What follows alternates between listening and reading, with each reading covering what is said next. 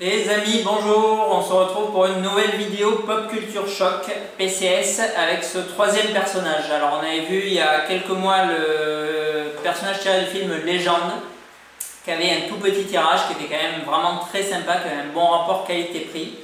Et il y a quelques semaines maintenant, le Conan Warpaint. Alors j'avais été un petit peu moins fan perso, mais c'était quand même une belle réalisation. Et toujours des personnages quand même assez lourds et avec un prix relativement correct comparé à la limitation. Alors aujourd'hui on va voir un personnage de l'univers Street Fighter avec le personnage de Saga.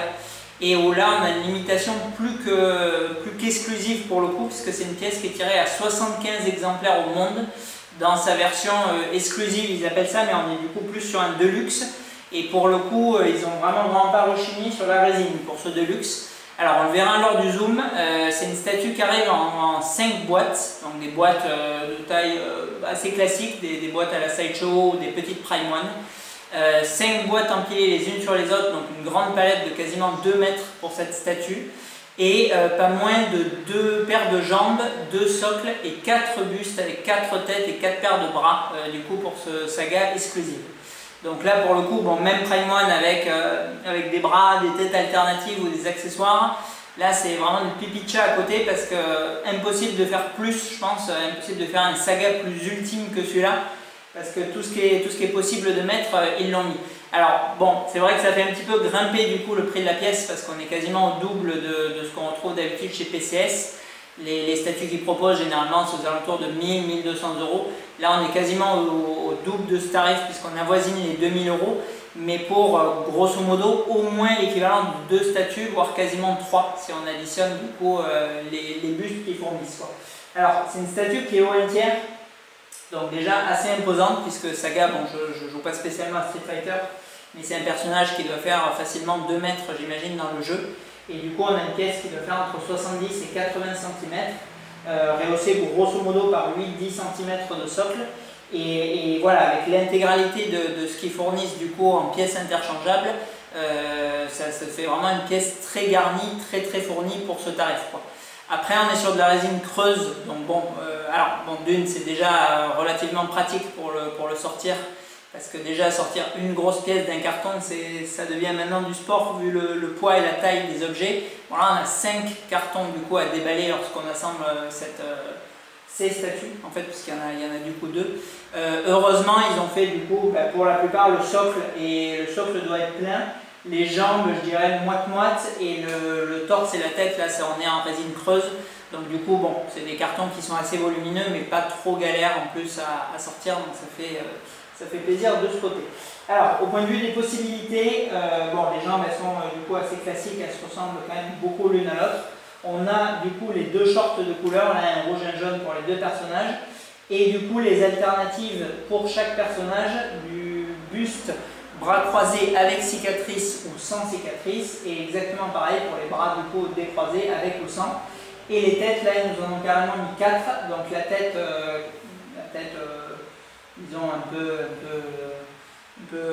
bad boy avec ou sans le cache-œil, et la tête avec les dents apparentes là en mode énervé avec ou sans cache-œil.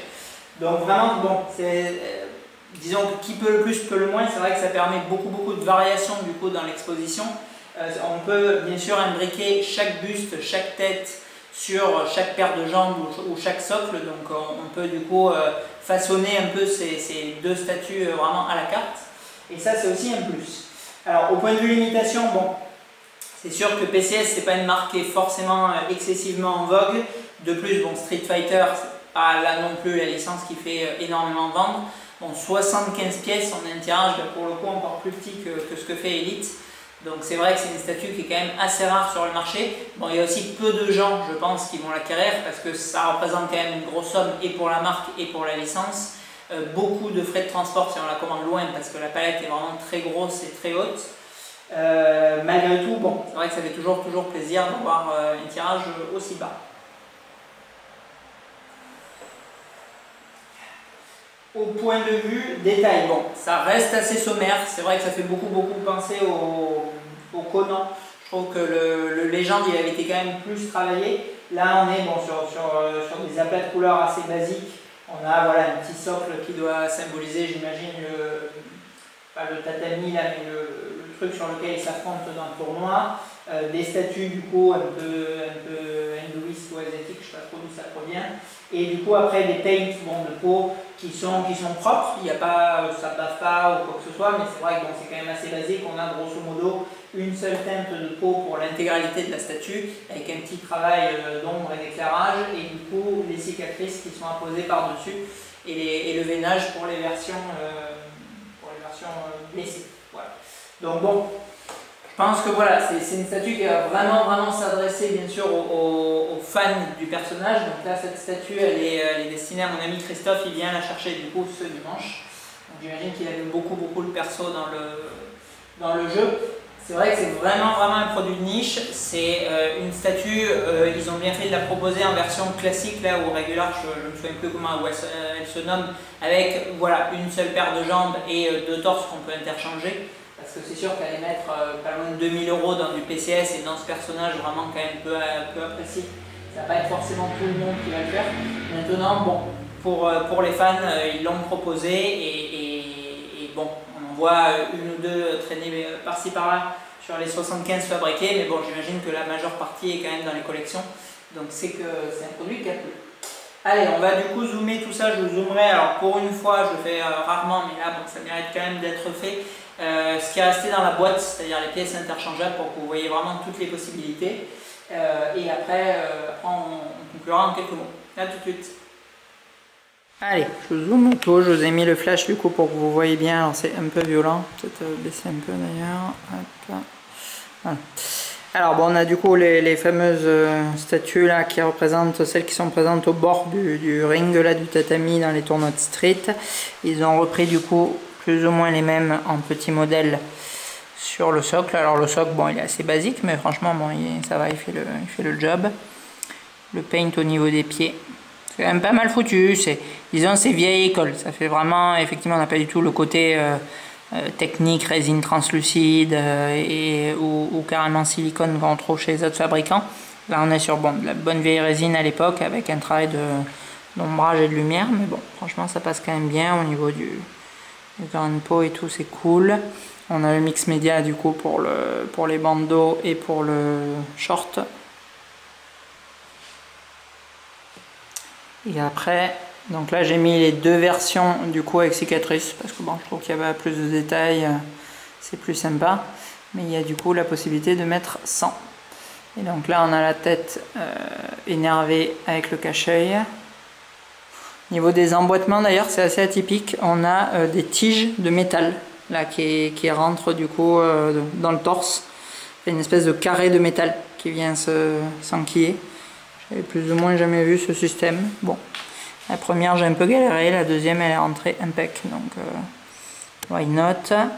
Bon, exactement la même chose du coup pour le deuxième, puisque le body, eh ben, à part le short, il n'y a pas trop de changements. Et là du coup on a, ben, comme sur la version régulière, du coup le bras le long du torse, encore le torse du coup avec cicatrice, et du coup la tête un peu plus représentative, elle, de Saga, avec la moue. Et dans la boîte, que j'ai pas déballé mais que du coup pour une fois je vous montre, on a du coup exactement les mêmes bustes sans cicatrice pour les deux versions, et les têtes là aussi sans bandeau. Donc bon, ça permet quand même vraiment beaucoup de possibilités d'exposition. Voilà. Allez, on se retrouve, on a vu du coup le zoom là de ce Saga, donc il est quand même bien foutu dans l'ensemble. Bon, il n'y a pas une réalisation époustouflante, mais c'est vrai qu'il propose un petit peu à l'instar de ce que faisait, je trouve, Sideshow à l'époque, des produits qui ne demandent pas une technicité énorme, mais qui ont du coup quand même un bon rapport taille-prix-tirage. Et c'est assez sympa, parce que c'est vrai que je trouve qu'aujourd'hui, bon, la qualité de Sideshow elle a vraiment grandement baissé. Et Prime One, qui sont un peu les Sideshow 2.0, ils ont augmenté la qualité, mais ils ont aussi augmenté les prix. Donc c'est vrai que PCS, alors ils sont, je trouve, assez intelligents en plus sur certaines licences, parce qu'ils abordent que des licences justement qui ne sont pas très onéreuses, mais qui vont faire plaisir, je pense, à des collectionneurs où il y a des places en fait qui n'ont pas été remplies par les autres fabricants. Alors je regardais un peu ce qu'ils faisaient, parce que c'est vrai que je ne connaissais pas super bien de tête. Alors c'est sûr, bon, du Power Ranger, du Street Fighter, du Mortal Kombat, du Tortue Ninja, du Maître de l'Univers, bon, c'est pas forcément les licences qui vont déclencher les foules, et j'espère pour eux qu'ils payent quand même peu cher, parce que ça doit être assez dur à vendre, même au bon tarif qu'ils proposent.